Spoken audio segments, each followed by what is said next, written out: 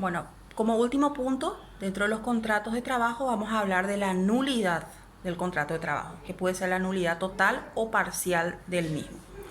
Al respecto, el artículo 30 del Código Laboral nos dice que el trabajador no estará obligado a prestar más servicios que los estipulados en el contrato y en la forma y términos convenidos, salvo en el caso de accidentes ocurridos o riesgos inminentes y al solo efecto de evitar serios trastornos en la marcha regular de la empresa.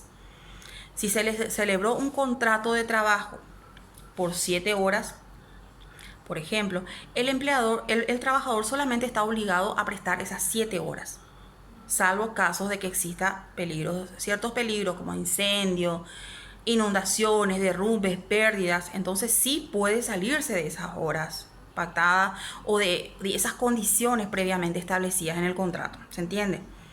Si en el contrato no se determina el servicio que deba prestarse, el trabajador está obligado a desempeñar solamente el que fuere compatible con sus fuerzas, aptitudes, estado o condición y que sea del mismo género de los que formen el objeto de la negociación, comercio o industria que ejerza el empleador.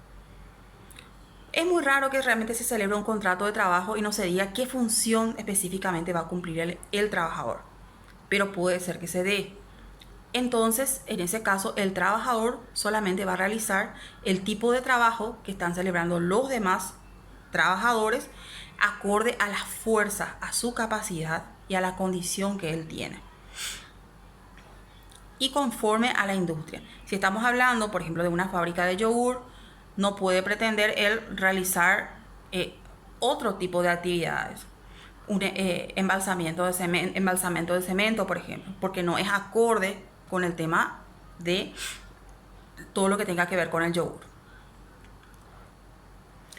La causa debe ser lícita también. Por más de que eso no se estipule, el trabajador puede negarse a realizar un trabajo cuando la causa no es lícita.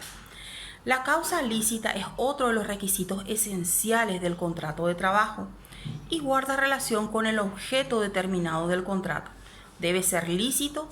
Esto quiere decir ajustarse a la ley para que el contrato sea válido.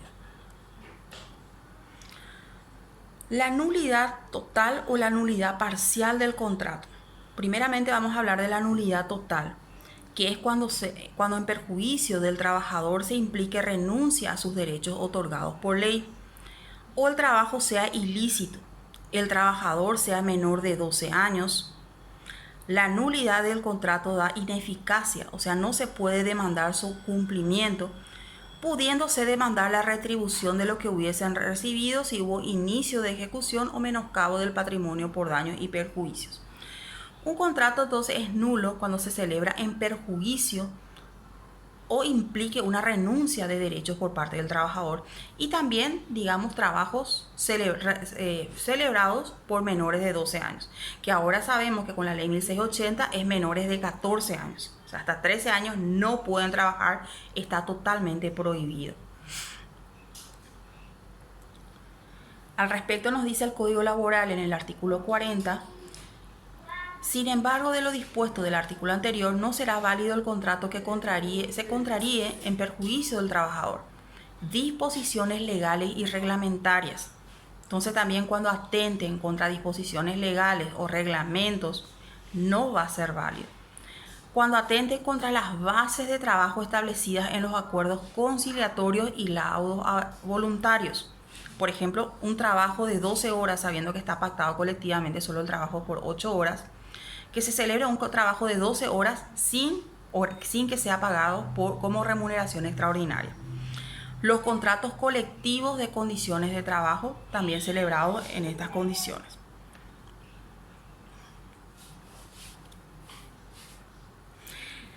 Este artículo fue modificado por el artículo 1 de la Ley 496/94, que nos dice que serán condiciones nulas y no obligarán a los contratantes, aunque se expresen en el contrato, las que estipulen una jornada mayor que la permitida por este código, que fue ya el ejemplo que les di. Las que fijen labores peligrosas o insalubres para mujeres y menores de 18 años. Las que estipulen trabajos para niños menores de 12 años, que ahora sabemos que es 14 años, menores de 14 años. Las que constituyan renuncia por parte del trabajador de cualquiera de los derechos o prerrogativas establecidas por la ley. Entonces, con la ley 496 prácticamente se agregan dos nuevos puntos que son específicos. El punto de la jornada mayor, el tema de las labores peligrosas, ¿verdad? Y también las que constituyan las renuncias de los derechos y prerrogativas por parte del trabajador. También las que establezcan por consideraciones de edad, sexo, nacionalidad, un salario menor que el pagado a otro trabajador en la misma empresa por trabajos de igual eficacia, en la misma clase de trabajo o igual jornada, que es lo que generalmente se tiende a dar y se está luchando mucho todavía en esta desigualdad de género, en donde un hombre y una mujer no están percibiendo lo mismo. Las que fijen horas extraordinarias de un trabajo para menores de 18 años de edad. Los menores de 18 años de edad no pueden trabajar horas extraordinarias, no pueden realizar. Las que estipulen una jornada inhumana por lo notoriamente excesivo a juicio de la autoridad competente. Si se celebra una jornada más de 15, 20 horas, por más de que se estén pagando horarios extraordinarios, es inhumano. Entonces no va a tener validez. Las que fijen un salario inferior al mínimo legal también. Las que estipulen plazos o lugares diferentes que los establecidos por la ley para el pago de los salarios a los trabajadores. Si un trabajador está prestando servicios en la ciudad de Asunción, no se puede establecer en el convenio que vaya a percibir su salario en la ciudad de Paraguarí, porque le va a ser muy lejos, le va a implicar se van a dar muchos trastornos, ¿verdad? Económicos, de movilidad, de tiempo. Entonces, no puede ser válido. Las que entrañen obligación directa o indirecta de adquirir artículos de uso o consumo en la tienda, negocios o lugares determinados por el empleador. Cuando se quiera coaccionar la libertad de elegir el producto o servicio por parte del trabajador. Cuando el trabajador deba comprar de ese lugar porque es para el que trabaja. No. Por ley, por lo menos, no puede hacerse y mucho menos hacerse validar en un contrato de trabajo. Y las que permitan retener el salario en concepto de multa por parte del trabajador. Tampoco será válido. Eso era en cuanto a las nulidades totales. Con respecto a la nulidad parcial, cuando una sola cláusula afecta al trabajador, el contrato sigue válido, pero no con respecto al artículo que menoscabe al trabajador.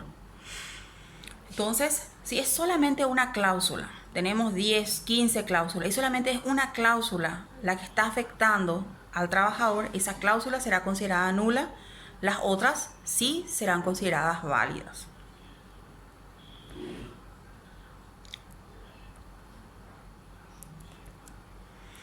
Se considera nula toda cláusula del contrato en la que una de las partes abuse de la necesidad o inexperiencia del otro contratante para imponerle condiciones injustas o no equitativas.